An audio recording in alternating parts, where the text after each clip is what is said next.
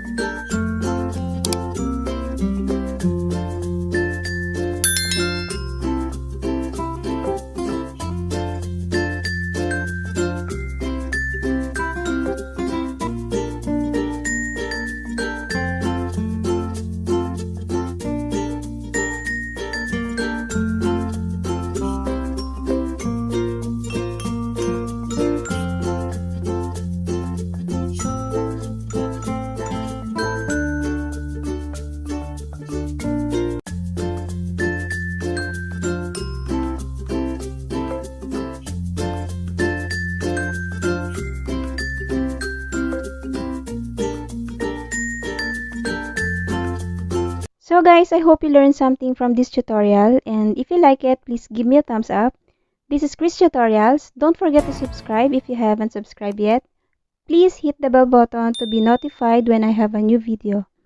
Thanks guys for watching.